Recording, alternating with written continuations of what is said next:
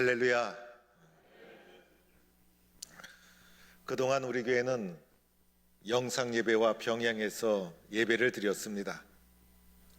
이제 오늘까지 영상 예배를 송출하고 다음 주부터는 예배당 예배에 집중하도록 하겠습니다.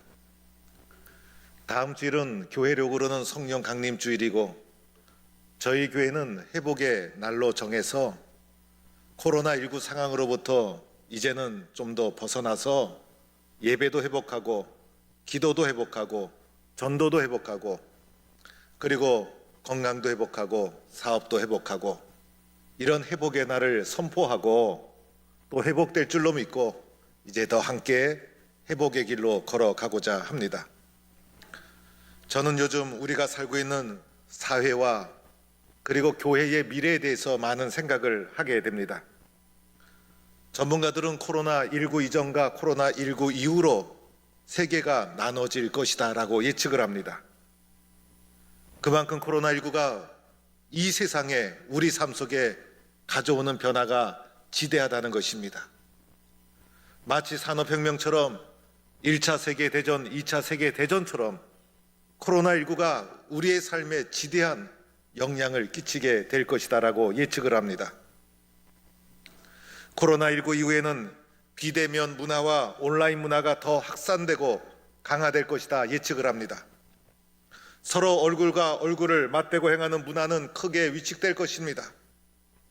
이런 문화가 우리의 삶 속에 찾아오면서 얼굴을 맞대고 거래를 하던 작은 기업들, 전통 시장들, 그리고 문화예술, 이 모든 것은 위축될 것이고 동시에 종교계, 기독교, 특별히 교회가 많은 타격을 받을 것이다 라는 예측을 듣게 됩니다.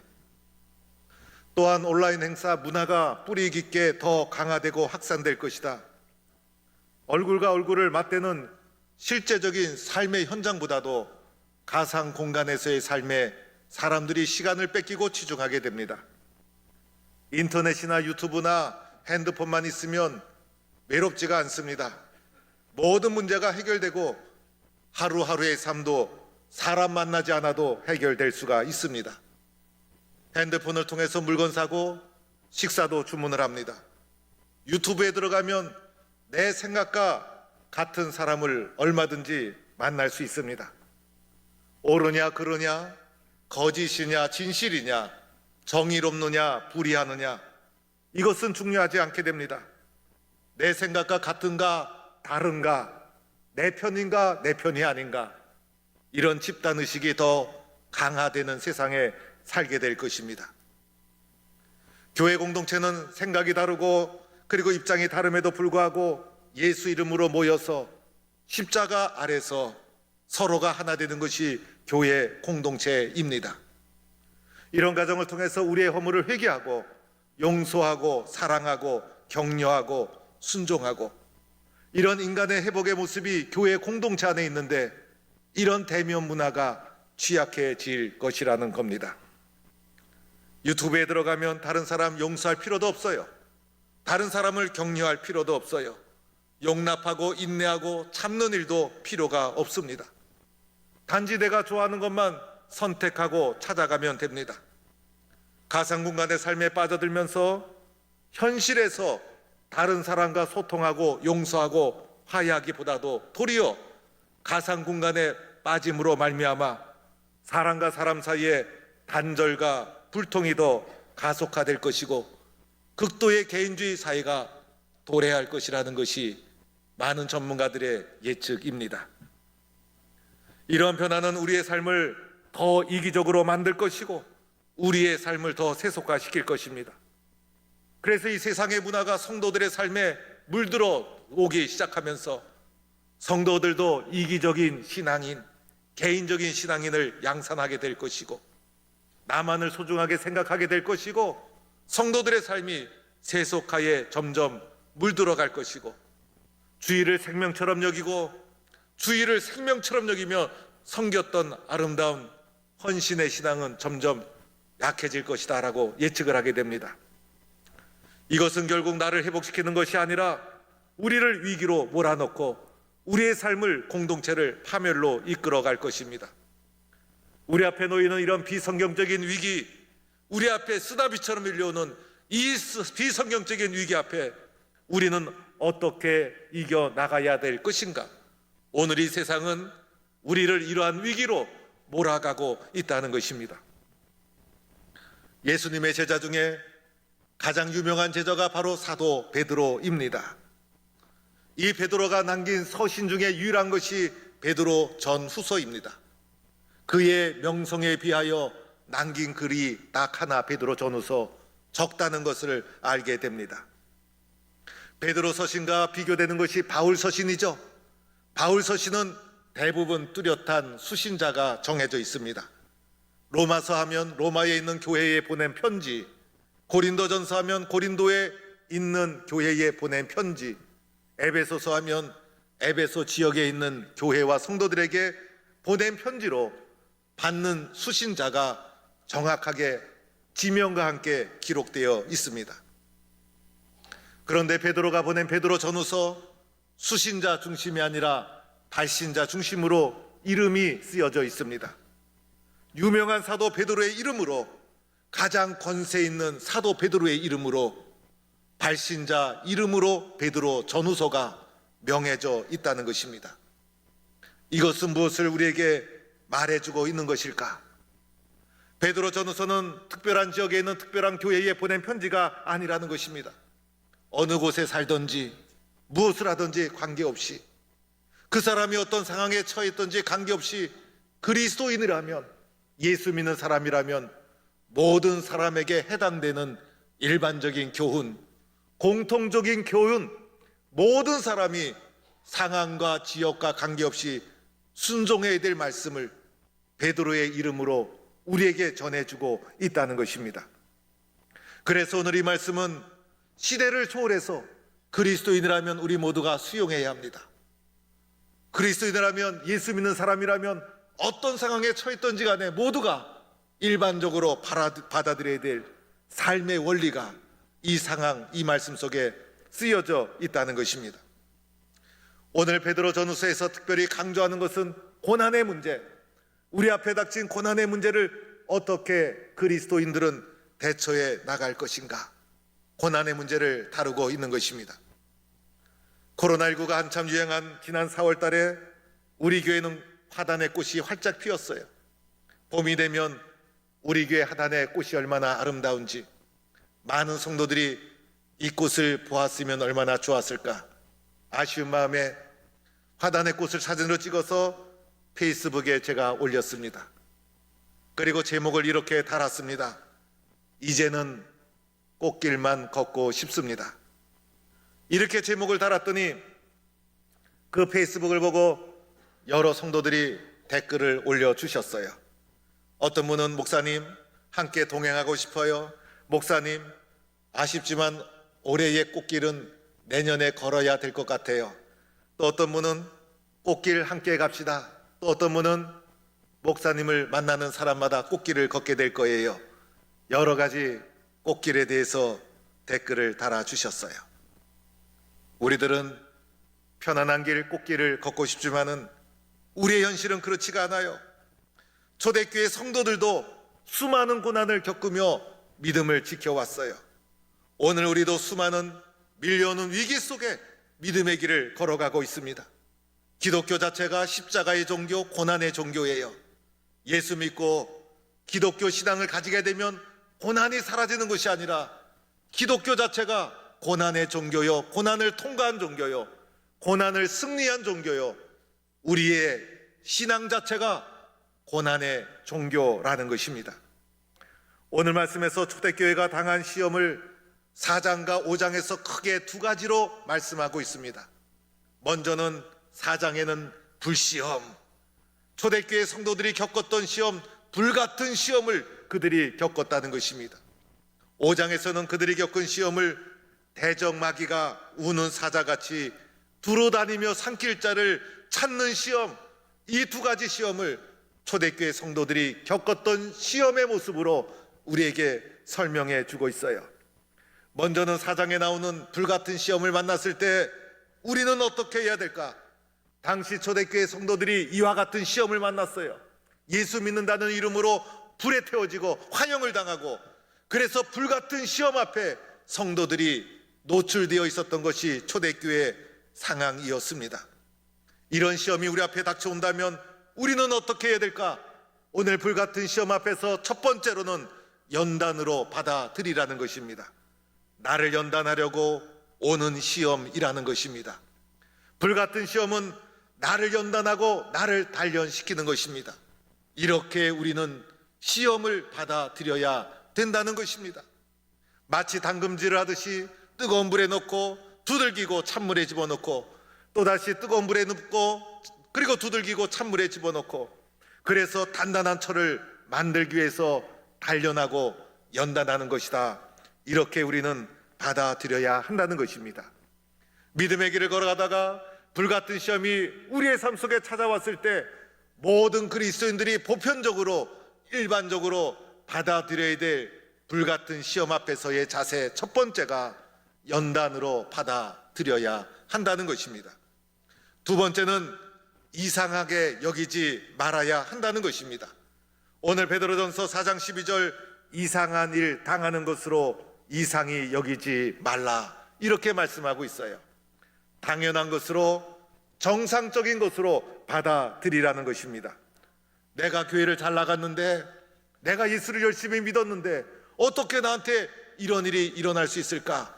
이상하게 여기지 말고, 그리고 불시험 앞에서 충격을 받거나 당황하지 말고 당연한 일, 정상적인 일로 받아들이는 것이 그리스도인들의 불시험에 대한 자세요, 태도라는 것입니다. 세 번째로는 즐거워하라고 말합니다. 오히려 너희가 그리스도의 고난에 참여한 것으로 알고 즐거워하라. 이것이 불시험 앞에서 우리가 가져야 될 자세라는 것입니다. 원망하거나 불평하거나 하지 말아야 한다는 것입니다. 시험이 다가오면 불평하고 원망하는 것이 당연한데 놀랍게도 도리어 즐거워하는 것이 그리스도인들의 시험에 대한 자세라는 것입니다. 나는 불행하구나, 나는 운이 없구나, 하나님은 나를 사랑하지 않아, 이렇게 생각하지 말라는 것입니다. 낙심하거나 원망하거나 나쁜 생각하지 말고 하나님 안에서 즐거워해야 한다는 것입니다. 내가 그리스도의 고난에 참여하게 되었구나, 그러면서 주님의 십자가의 고난에 동참했다는 마음을 가지고 즐거워하고 기뻐할 때 우리에게 밀려오는 불같은 시험도 이겨나갈 수가 있는 것입니다. 운동 경기를 하다 보면 승부욕이 강한 사람이 있어요. 어떻게 하든지 간에 이기려고 몸부림치는 분들, 또는 지고 나서 집에 가서 잠을 못 자는 분들이 있어요. 그런데 이기는 분보다 더 강한 분이 즐기는 분이라고 하지 않습니까? 고난이 왔을 때 즐거운 마음으로 대처해 나가면 고난이 그 사람을 쓰러뜨릴 수가 없는 것입니다. 오늘 말씀, 이와 같이 불같은 시험이 밀려왔을 때 그것을 연단으로 여기고 당연하게 여기고 즐거움으로 이겨나가고, 이러한 자가 오늘 4장 14절에 복이 있는 자로다. 고난이 없는 자가 복이 있는 자가 아니라 이렇게 불같은 시험을 이겨나가는 자가 복이 있는 자다, 이렇게 말씀하고 있습니다. 복 있는 성도로 살아갈 수 있기를 축원합니다. 이제 5장에 가서 또 하나의 시험이 나옵니다. 대적마귀가 우는 사자와 같이 두루다니며 삼킬 자를 찾는 시험이 다가오는 것입니다. 이것 또한 초대교회 성도들이 현실로 겪었던 고난이었어요. 예수 믿는다는 이유로 로마 당국에 붙잡혀갑니다.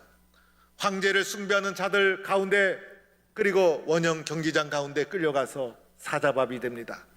굶주린 사자를 풀어놓고 사자가 이제 성도들 앞에 다가오면서 먹잇감을 발견하고 굶주린 사자가 입을 크게 벌리며 어흥 하면서 먹을 것을 찾는 그런 장면을 연상하고 있는 것입니다. 대적마귀가 성도들을 쓰러뜨리기 위해서 밀려오는 모습이 바로 이러한 모습이라고 할 수가 있는 것입니다. 이러한 위기가 찾아왔을 때 믿음의 사람들은 어떻게 해야 될까? 오늘 말씀의 첫째는 겸손하라 가르쳐 주십니다. 하나님의 능하신 손 아래서 겸손하라. 하나님, 나는 아무것도 아닙니다. 굶주린 사자 앞에서 어떻게 내가 내 힘으로 이겨나갈 수 있겠습니까?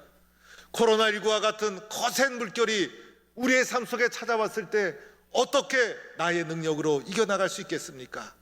하나님 앞에 나의 연약함을 인정하고 겸손히 나를 낮추는 것입니다. 그러면 놀라운 일이 일어나게 됩니다. 하나님이 나를 높여주시게 됩니다.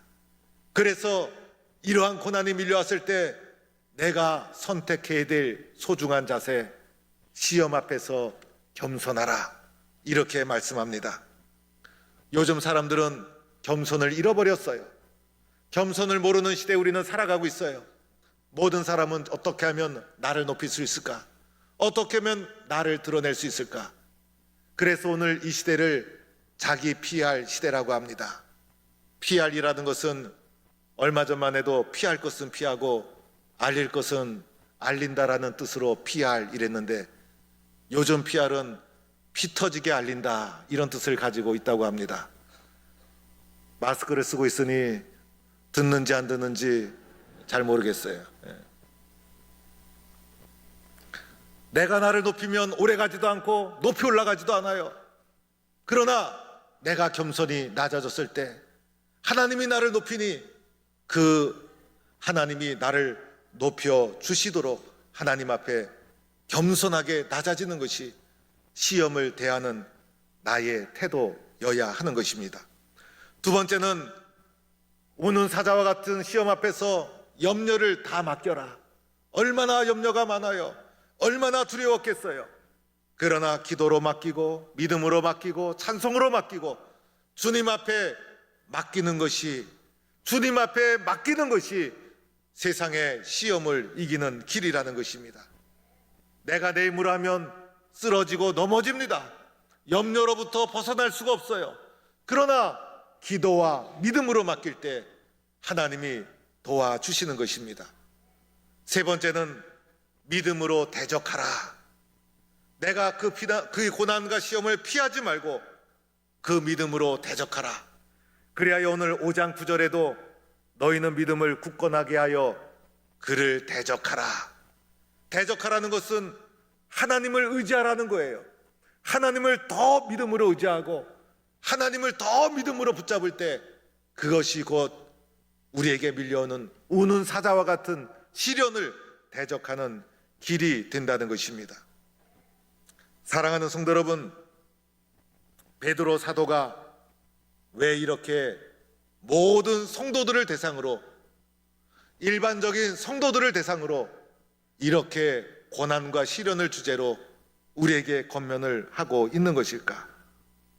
왜 베드로 사도가 고난과 시련, 불같은 시험이 찾아오고 우는 사자와 같은 시험이 찾아왔을 때 우리에게 일반적인 자세에 대한 권면을 하는 이유가 무엇일까?